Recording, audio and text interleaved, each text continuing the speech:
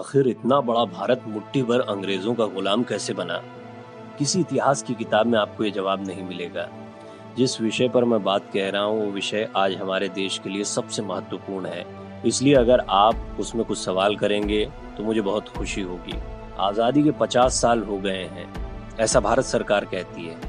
1947 में हम अंग्रेजों की गुलामी से आज़ाद हुए थे और 1947 में जब आज़ादी मिली तो अब 1998 आ गया है। ऐसा माना जाता है कि 500 साल पूरे हो गए, देश आज़ाद हो गया। मैं मानता हूं कि ये आज़ादी के 50 साल नहीं बल्कि हिंदुस्तान की गुलामी के 500 साल पूरे हो गए हैं। ये कभी कभी आपको आश्चर्यजनक लगेगा कि राजीव भाई ऐसा क्यों बोलते हैं, गुलामी के 500 साल वो कैसे? उसको समझिए। आज के लगभग 400 साल पहले वास्को डी गामा हिंदुस्तान आया था। इतिहास की चोपड़ी में, इतिहास की किताब में हम सब ने पढ़ा होगा कि सन 1498 में मई की 20 तारीख को वास्को डी गामा हिंदुस्तान आया था। इतिहास की चोपड़ी में हमको ये पढ़ाया गया कि वास्को डी गामा ने हिंदुस्तान की खोज की, पर ऐसा लगता है कि जैसे वास्को डी गामा ने जब हिंदुस्तान की खोज की तो शायद उसके पहले हिंदुस्तान था ही नहीं। वही हजारों साल का ये देश जो वास्को डी गामा के बाप दादाओं के पहले भी मौजूद था इस दुनिया में। इतिहास की चोपड़ी में ऐसा क्यों कहा जाता है कि वास्को डी गामा ने हिंदुस्तान की खोज की? मैं मानता हूं ये एकदम गलत है। वास्को डी गामा ने भारत की खोज नहीं की, हिंदुस्तान की भी खोज नहीं की। हिंदुस्तान पहले से था, भारत पहले से था। वास्को डी गामा यहाँ आया था भारत को लूटने के लिए। एक बात और जो इतिहास में मेरे अनुसार बहुत गलत बताई जाती है कि वास्को डी गामा एक बहुत बहादुर नाविक था, बहादुर सेनापति था, बहादुर सैनिक था और हिंदुस्तान की खोज के अभियान पर निकला था। ऐसा कुछ भी नहीं था। सच्चाई ये है कि पुर्तगाल का वो उस जमाने का डॉन था, माफिया था। जैसे आज के जमाने में हिंदुस्तान में बहुत सारे माफिया किंग रहे हैं, उनका नाम लेने की जरूरत नहीं है। ऐसे ही बहुत सारे डॉन और माफिया किंग 15वीं शताब्दी में यूरोप में भी होते थे। 15वीं शताब्दी का जो यूरोप था वहाँ उस जमाने में दो देश बहुत ताकतवर थे। एक था स्पेन और दूसरा था पुर्तगाल। वास्को डी गामा पुर्तगाल का माफिया किंग था। 1490 के आसपास से वास्को डी गामा पुर्तगाल में चोरी का काम, लुटेरे का काम, डकैती डालने का काम ये सब किया करता था। और अगर उसका सच्चा इतिहास खोजिए तो एक चोर और लुटेरे को हमारे इतिहास में गलत तरीके से हीरो बनाकर पेश किया गया है। ऐसा ही एक दूसरा लुटेरा और डॉन भी था और इस माफिया का नाम था कोलंबस, जो स्पेन का था। तो हुआ क्या था? कोलंबस गया था अमेरिका को लूटने के लिए और वास्को डी गामा आया था भारतवर्ष को लूटने के लिए। लेकिन इन दोनों के दिमाग में ऐसी बात आई कहां से?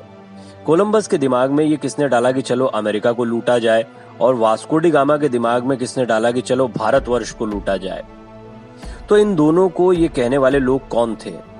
हुआ क्या था कि 14वीं और 15वीं शताब्दी के बीच का जो समय था, यूरोप में दो ही देश थे जो ताकतवर माने जाते थे। एक देश था स्पेन, दूसरा था पुर्तगाल। तो इन दोनों देशों के बीच में अक्सर लड़ाई झगड़े होते थे। लड़ाई झगड़े किस बात के होते थे कि स्पेन के जो लुटेरे थे वो कुछ जहाजों को लूटते थे तो उसकी संपत्ति उनके पास आती थी। ऐसे ही पुर्तगाल के कुछ लुटेरे हुआ करते थे जो जहाज को लूटते थे और उनके पास संपत्ति आती थी। तो संपत्ति का झगड़ा होता था कि कौन कौन संपत्ति ज्यादा रखेगा।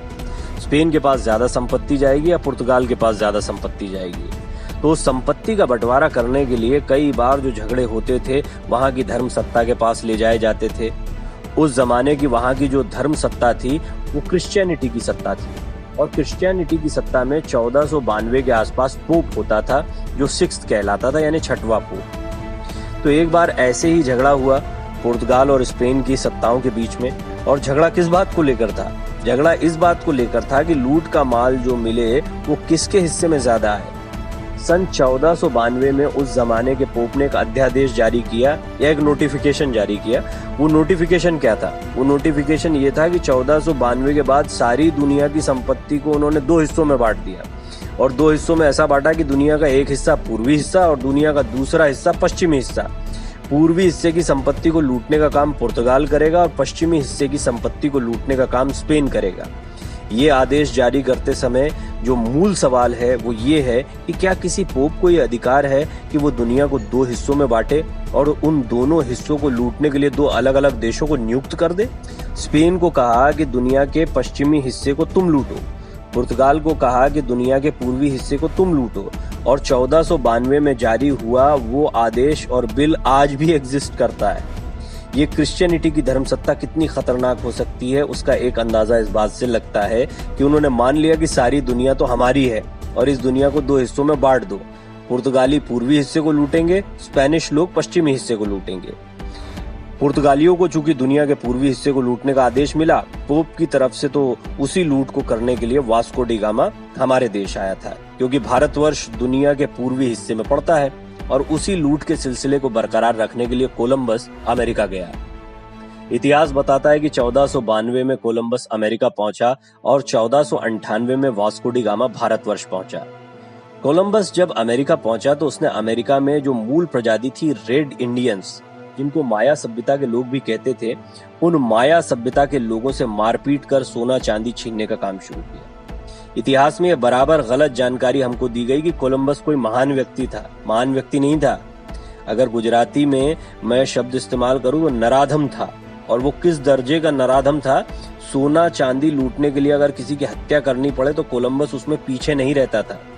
उसने 14-15 वर्षों तक बराबर अमेरिका के रेड इंडियंस लोगों को लूटा, और उस लूट से भर भर के जहाज जब स्पेन गए तो स्पेन के लोगों को लगा कि अमेरिका में तो बहुत संपत्ति है, तो स्पेन की फौज और स्पेन की आर्मी फिर अमेरिका पहुंची, और फौज ने अमेरिका पहुंचकर 10 करोड़ रेड इंडियंस को मौत के घाट उतार दिया। ये 10 करोड़ रेड इंडियंस मूल रूप से अमेरिका के बाशिंदे थे।